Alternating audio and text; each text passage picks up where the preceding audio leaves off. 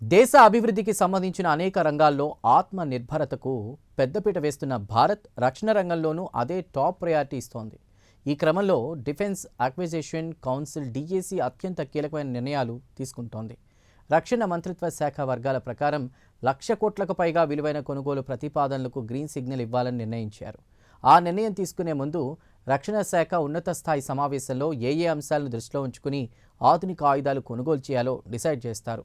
రక్షణ శాఖ మంత్రిత్వ శాఖ ప్రయారిటీలో రాజ్నాథ్ సింగ్ మనసులో అసలు ఏముందో ఇప్పుడు చూద్దాం.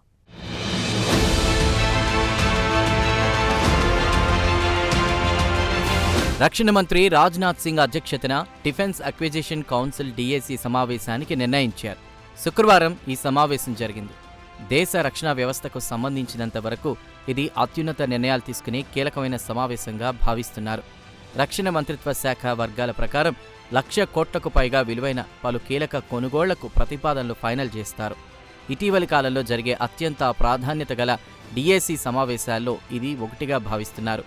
అత్యున్నత నిర్ణాయక సమావేశాల్లో డిఏసీ సభ్యులుగా అధ్యక్ష హోదాలో Rajnath Singh, chief of defence స్టాఫ్గా general NS Raja Subramani, army chief general Dheeraj Seth, navy chief admiral Krishnaswaminathan, వైమానిక దళాధిపతి air chief marshal AP Singh, రక్షణ శాఖ కార్యదర్శి, డిఆర్డీఓ చైర్మన్, డిఫెన్స్ ప్రొడక్షన్ కార్యదర్శి, రక్షణ శాఖలో సహాయ మంత్రి వంటి కీలకమైన వ్యక్తులు ఈ సమావేశంలో కీలకమైనటువంటి నిర్ణయాలను ఫ్రేమ్ చేస్తారు. ఈ క్రమంలో భారత రక్షణ శాఖ ప్రయారిటీలో ఉన్నటువంటి కొనుగోలు ప్రతిపాదనలేంటి అనేది ఆసక్తి రేపుతున్న అంశం.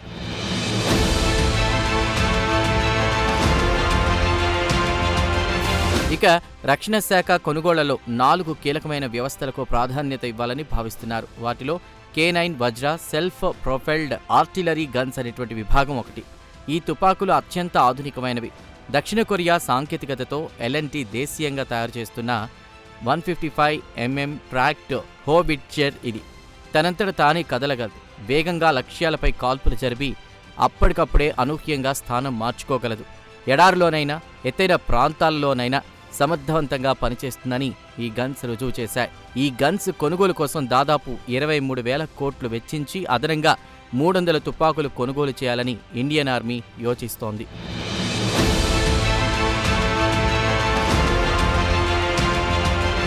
ఇక రెండో విభాగంలో కామికాజే డ్రోన్లు కొనుగోలు చేయాలనే ప్రతిపాదన కూడా ఉంది. వీటిని ఆత్మాహుతి డ్రోన్లని కూడా పేర్కొంటారు. లక్ష్యం కనిపించేదాకా ఆకాశంలో చెక్కలు కొడుతూ గుర్తించిన వెంటనే నేరుగా దాడి చేసి పేలిపోతాయి. మనిషి ప్రాణానికి ముప్పు లేకుండా ఖచ్చితమైన దాడులు చేయగల ఈ డ్రోన్లు ఆధునిక యుద్ధాల్లో కీలక పాత్ర పోషిస్తున్నాయి. ఉక్రెయిన్, పశ్చిమాసియా వంటి ప్రాంతాల్లో జరుగుతున్న భీకర యుద్ధాల్లో ఇవి కీలక పాత్ర పోషిస్తున్నాయి. తాజా నిర్ణయంతో ఇవి భారత్ అమ్ముల పొదిలో భాగమయ్యే అవకాశాలు మెండుగా ఉన్నాయి.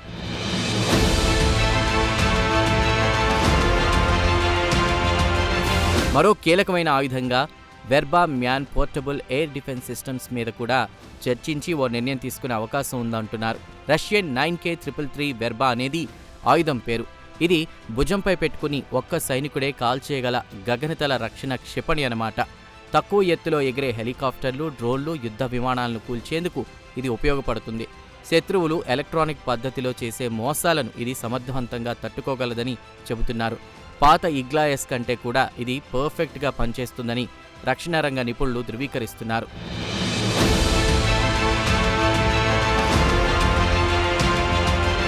ఇక మరో కీలకమైన కొనుగోళ్ల అంశంగా యాక్టివ్ ప్రొటెక్షన్ సిస్టమ్స్ మీద భారత రక్షణ శాఖ దృష్టి సారించింది. ఇది ట్యాంకులు, సాయుధ వాహనాలపై అమర్చే రక్షణ కవచం లాంటిది. శత్రు క్షిపణి లేదా రాకెట్ దగ్గరకు వస్తున్నట్లు సెన్సార్లు గుర్తించగానే అది తగలకముందే గాల్లోనే దాన్ని ఛేదించి వాహనాన్ని కాపాడుతుంది. ఆధునిక యుద్ధభూమిలో ట్యాంకుల మనుగడకు ఇది కీలకంగా ఉంటుందని భావిస్తున్నారు. ఇలా ఆధునిక యుద్ధ గతిని మార్చేయబోతున్న రణనీతిని దృష్టిలో ఉంచుకుని భారత రక్షణ శాఖ అత్యంత కీలకమైన నిర్ణయాలు తీసుకోవాలని నిర్ణయించడం విశేషం.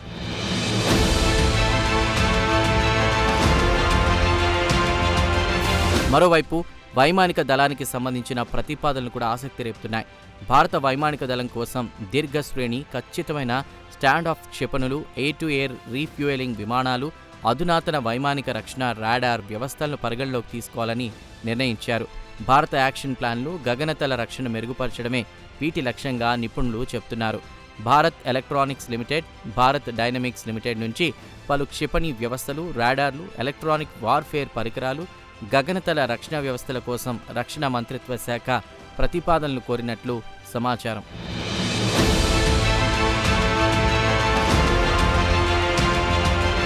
అటు నౌకాదళానికి సంబంధించిన ప్రతిపాదనలు కూడా ఇందులో ఉన్నాయి. భారత నౌకాదళం కోసం స్వయంచాలిత జలాంతర్గత వాహనాలు, నెక్స్ట్ జనరేషన్ హెవీ వెయిటెడ్ టార్పెడోలు, మానవరహిత ఉపరితల నౌకలు కూడా హైర్ చేయాలని రక్షణ శాఖ యోచిస్తోంది. ఈ కొనుగోలు ప్రతిపాదనలన్నింటిలోనూ దేశీయ ఉత్పత్తికి బలమైన ప్రాధాన్యం ఇవ్వడమే కీలకంగా కనిపిస్తోంది.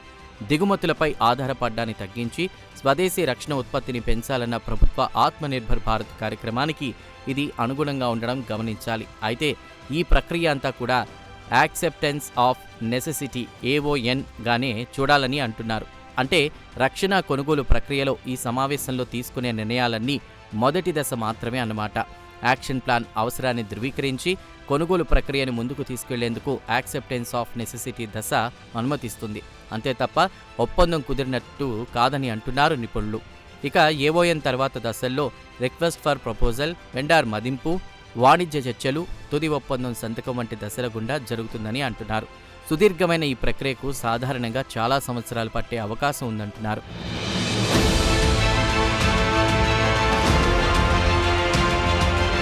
ఇటీవల కొద్ది రోజుల క్రితమే డిఫెన్స్ అక్విజిషన్ కౌన్సిల్ DAC 2.38 లక్షల కోట్ల విలువైన ప్రతిపాదనలకు ఆమోదం తెలిపింది. అందులో వైమానిక దళం కోసం మీడియం ట్రాన్స్పోర్ట్ ఎయిర్క్రాఫ్ట్ S-400, దీర్ఘశ్రేణి ఉపరితలం నుంచి గగనతల క్షిపణి వ్యవస్థ, రిమోటెడ్గా నడిపేటువంటి స్ట్రైక్ ఎయిర్క్రాఫ్ట్ Su-30 ఇంజిన్ల ఓవర్హాల్ వంటివి ఉన్నాయి.